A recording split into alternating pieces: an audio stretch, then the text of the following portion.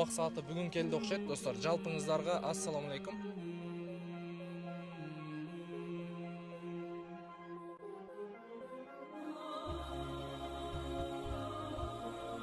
Кырк күнгө даярбыз иншалла. Машалла, Алла разы болсун, Алла разы болсун.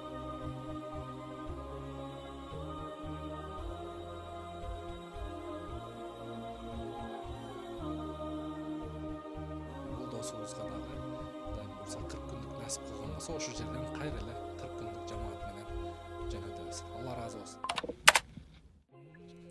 Марсель могун көргөзгүл. Ооба, таптым Куливадан сураныш даватка жибереличи, если 4 айлык болсо, жума күнү кетиреличи, 1 айлык болсо деле жакшы болмок. Үйгө келип алып кетсең жакшы болмок. Жол киреңди төлөп берем дейт, машалла. Талайкүл деген эже биздин Кулиев боюнча видеобузду толук көрүптүр эже. Алла разы болсун.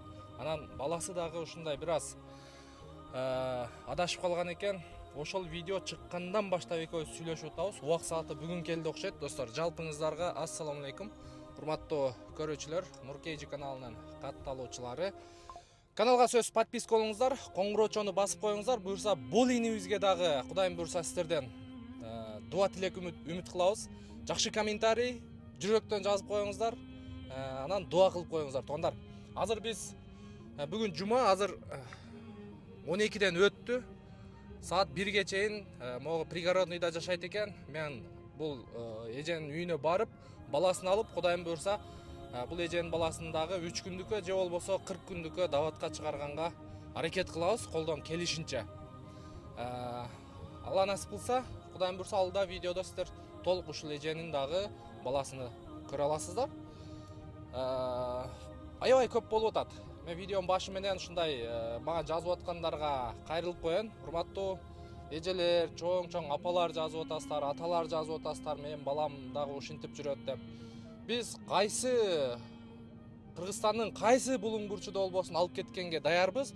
Бирок алып кеткенге чейин балаңыздарды солуктуруп, өзү менен бир сүйлөшүп, ушундай даватка чык, бирөө келип алып кетет сени деп акылдашып, сүйлөшүп, солуктуруп, жок дегенде бир жума өзүңүздөр үйдө кармап, жуунтуп, тазалантып, мындай эми Алла жолу деле улук жол. Ага деле негизи баягы үй жайы бар, жакшы жашаган адамдар болсоңуздар, эми баардыгыбыз эле Кудайга шүгүр азыр Кыргызстанда карапайым эч ким деле калбады болуш керек. Анан ушинтип даярдап туруңуздар. Алла мүмкүнчүлүк берсе, Кыргызстандын кайсы булуң бурчунан болбосо алып кеткенге даярбыз. Иншалла ошол Алла жолуга бул мындай чындыгында Алланын ыраазычылыгы үчүн, баягы эл көрсүн, кожо көрсүн үчүн эмес. Чын жүрөктөн кызматтабыз, Алланын ыраазычылыгы үчүн ушундай Алла жолуга, туура жолго салганга болгон себепчибиз. Ошол азыр пригородныйга жетип калдык. Мага местоположениясын да таштаган. Анан буга чейинки видеодо баарыңыздар аябай сонун комментарийлерди, дуа тилектерди жаздыңыздар. Баарыңыздардан Алла разы болсун. Анан эмбанк берчи дегендер аябай көп экен. Комментарийди карасам. Алла таалам биринчиден өзүнөн башка эч кимге муктаж кылбасын. Ал нерсеге деле муктаж эмеспиз. Эгерде мен дагы ушул соопчулукка нур себепчи болоюн дегендер болсо, менин WhatsApp номеримди баарыңыздар эле билет болушуңуздар керек. Болбосо бул жактан издесеңиздер, мен WhatsApp номерим, YouTube'дан издесеңиздер чыгат туугандар. Ошон үчүн мен аны коюп, же болбосо экранга эмбанк жазып, мындай айтканда, муктаждык кылбай эле коеюн. Айтам го, Алла таала өзүнөн башка эч кимге муктаж кылбасын.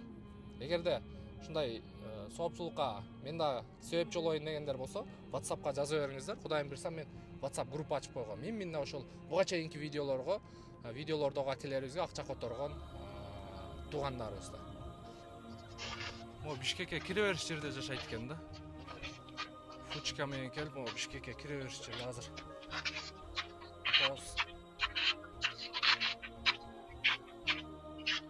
Телефонун өчүргөн деле жок.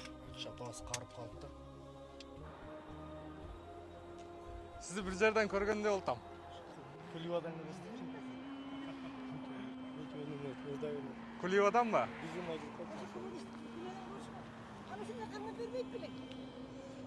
Көрбөдүм окшойт ошо Куливадан, эгерде. Көче карадың ба мен айтканда сөзү? ооба карадым да. Баягы машинасы бар, иштеген жумуш болот. Эми ушундай болуп калды деген. Макул эми Алла Таала эң жакшы көргөн пендесиге ушул сыноону берет да. Бизди Алла жөнөттү. Атай сизден кабар алсын деп. Кеттик да иншалла, даярсыз а? Бир ай калды ушуну кетет. Азыр барып сүйлөшүп көрөбүз жамаат менен. Эгер эметсе 40 күнгө даярбыз иншалла. Машалла, Алла разы болсун, Алла разы болсун. Болду анда апа, неме кылабыз? Мен азыр барып сүйлөшөйүн. Болсо 40 күндүккө жамаат толук болсо жөнөтөбүз иншалла. 91-жылгысызбы? Машалла, Акыбал ушундай болуп калды. жакшы болот, кыжалат болбоң. Баягы кээде жигит төө минет, кээде жигит жөө жүрөт дейт. Бул турмушта кээде өйдө, кээде ылдый болот, бирок эркектер күчтүү болушубуз керек да. Экөөбүз дос экенбиз. Машалла. Каерден болосуз өзүңүз? Күжен Нарын? Актала. Актала. Жок, Актала эмес, эмеден Салкынтөрдөн. Салкынтөр? Машалла. Соңгулукта каралта чоңоюп калдык да бизчи. Ушул жерден өсүп калдык да. Бала чакаңыз каякта? Бала чака Гүлдө кайын Гүлдүктөр. Не көп болду, ажырашып кеткенсизби? Толук ажырашып кеткенсизби? Уже толук ажыраштык. Жообун бергенсиз? Жообун бердим. Суранып атат да бөлөк бирөөгө тиетилейин, берилейин деп. Канча болду? Жообун бергенибизбеби? Жок, ажырашып кеткен. Уже жообун да берип койдуңузбу? Жообун өзү суранып турулду да. Жообун суранып бирөөгө тиемин деп. Ал бул биринчи эле жол эмес, бир жолу мен 40 күндүк даватты кетсем, жакшы болупту даже. Анан кайра жалдыра үйлөйт, бас жашайт деп барып, эмеде Юнус Ахун так беста Александровкадагычы. Медресенин дамбылагы, чоң дамбылаг. Ошол экөөбүз триперди ошол. Болду ула тынч болуп алепчи. Кайра эле бир сыноо болуп атат да бизгечи. Анан ортодон өзүм да сынып кеттим. Кичине мындай ачуулукка алдырып жүрөт да. Шайтан иштеп кетиптир да. Нарындан болосуз, көлгө күйөө боласыз. Соклукта Карабалтада чоңоюп калдыңыз. 3 балаңыз бар. 3 балабыз бар. 2 кыз, 1 уул. Чоңу канчада? Чоңу 13кө чыкты. 13кө чыкты. Кудай кааласа, мындай коюң ниетти. Алланын ыраазычылыгы үчүн ушул сенин жолуңа чыгып кетип атам. Аллах мага туура жолдо өзүң көргөз, өзүң хидаят бер. Жаман көз, жаман сөз, куру доомат көрө албас дос душмандан сакта. Аллахым туура жолуңдан өзүң адаштырба. Сенин ыраазычылыгың үчүн сенин өкүмдөрүңдү аткарганы ушул сенин улук жолуңа, дават жолуна ислам динин үйүмө алып келейин деп ушундай ниетти жаңылап алың, Кудай кааласа. Анан дагы ниет кылып коюң, келгенден кийин жарашам деп. Келгенден кийин жарашам деп. Жакшы ниет кылың, жакшы дуа кылың, чын жүрөктөн ыйлап тооба кылып дуа кылың, тахажжуд намаз окуйга. Жакшы болуп кетет да. Алла кааласа иншалла.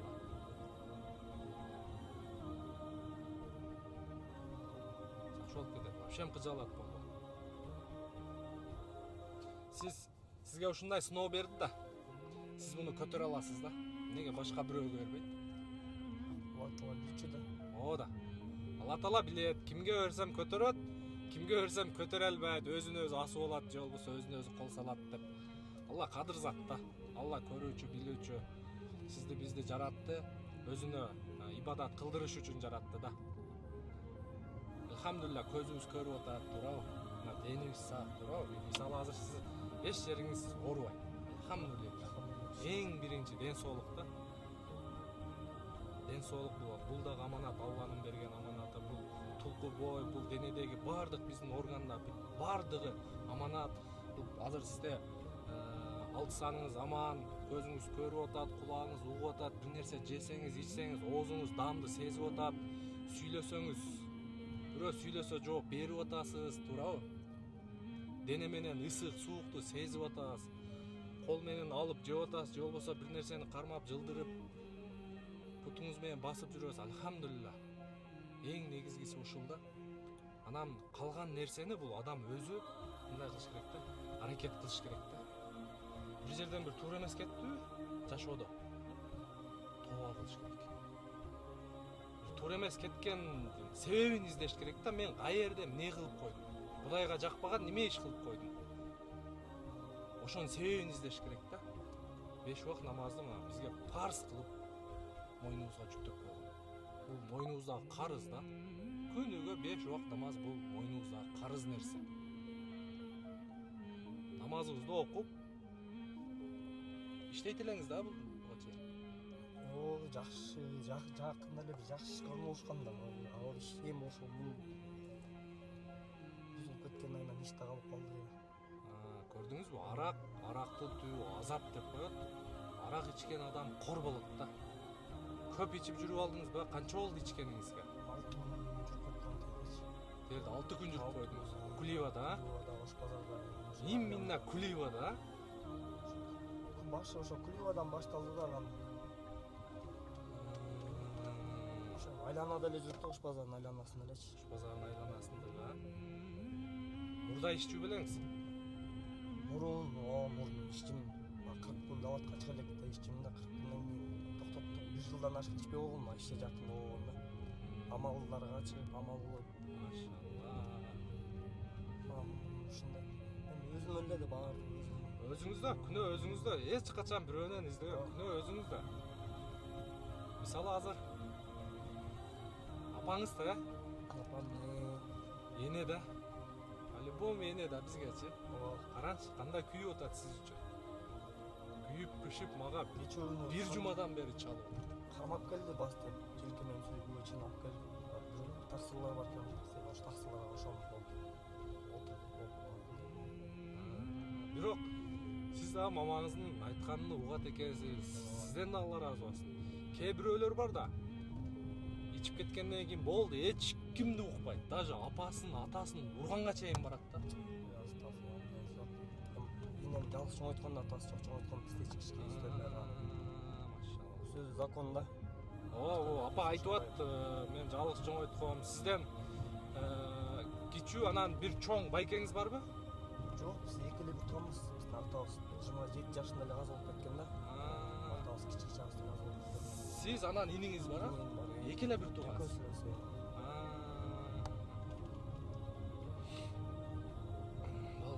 Болду, иншалла жакшы болуп кетет. Сиздерге да Алла ыраазы болсун.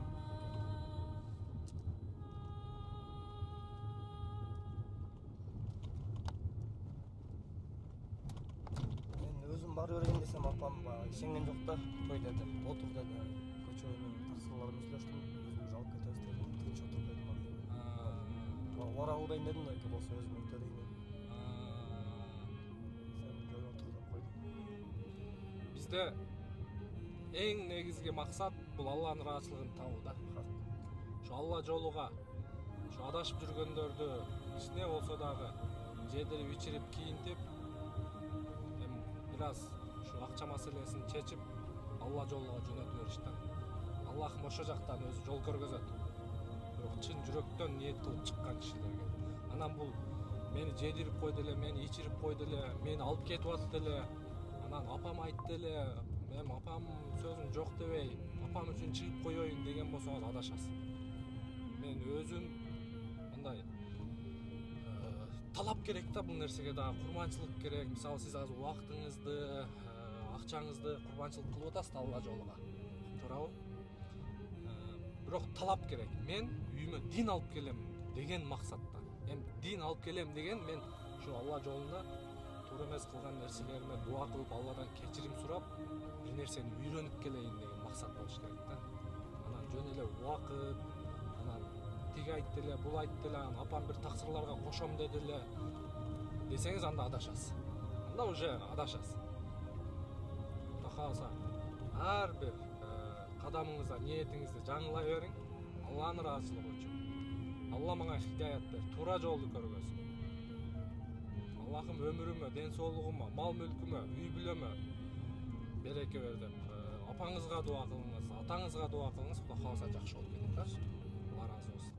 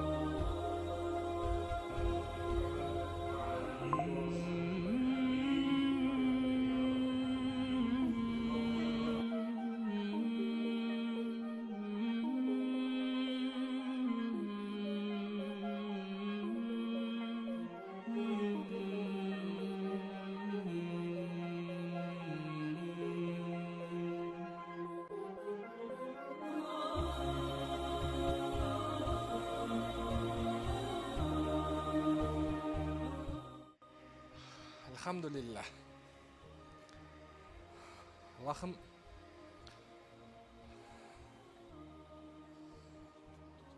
Allah taala мүмкүнчүлүк берип дагы бир досубузду 3 күндүк дааватка чыгарганга насип эткен экен.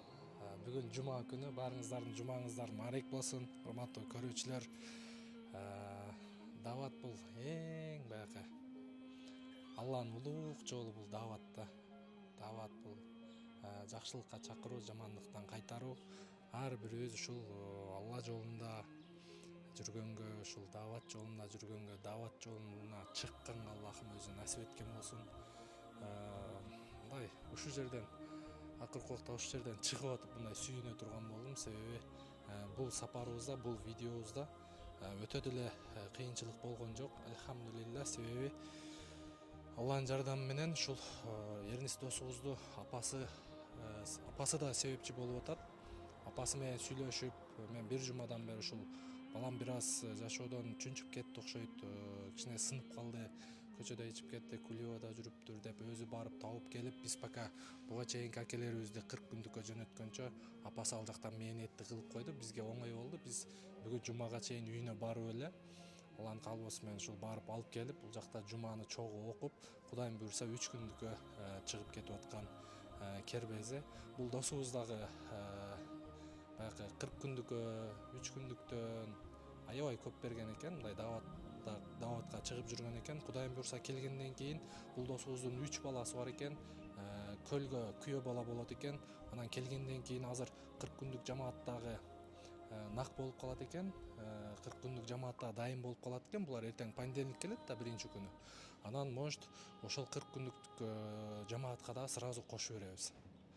Анча сиздер жакшы дуа кылып коюңуздар. Негизи бүгүнкү ниетибиз 40 күндүк болчу. Алла таалам ушундай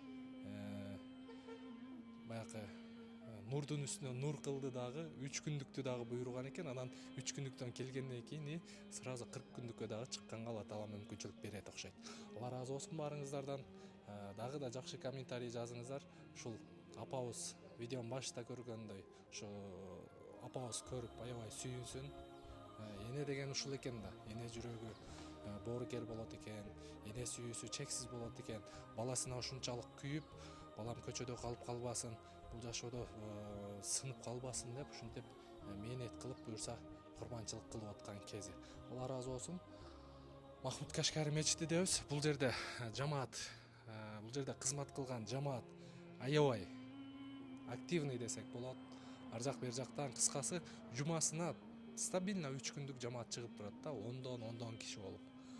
Ошол анан буга чейинки акелерибиз боюнча, Дастан Кубатбек акебиз боюнча, Кудайым буйрса алар ГЭС 2-нин мечитинде бүгүн паспортун алабыз. Бүгүн 5-күн паспортун алып, буйрса бүгүн же болбосо эртең уже алар чыгып кетишет. Алар мурда күнү үйүнөн үзүлүп чыккан, Кудайым буйрса. Анан бир жума 10 күн, 15 күн өткөндөн кийин сөзсүз түрдө сиздер менен чогуу зыяратка барабыз туугандар. Пока бул досубуз 3 күндүккө барып келе берсин, анан бул досубузга дагы Кудайым буйрса 40 күндүк насип кылган болсо, ошол жерден кайра эле 40 күндүк жамаат менен жөнөтөбүз. Алла ыраазы болсун. Оорубаңыздар.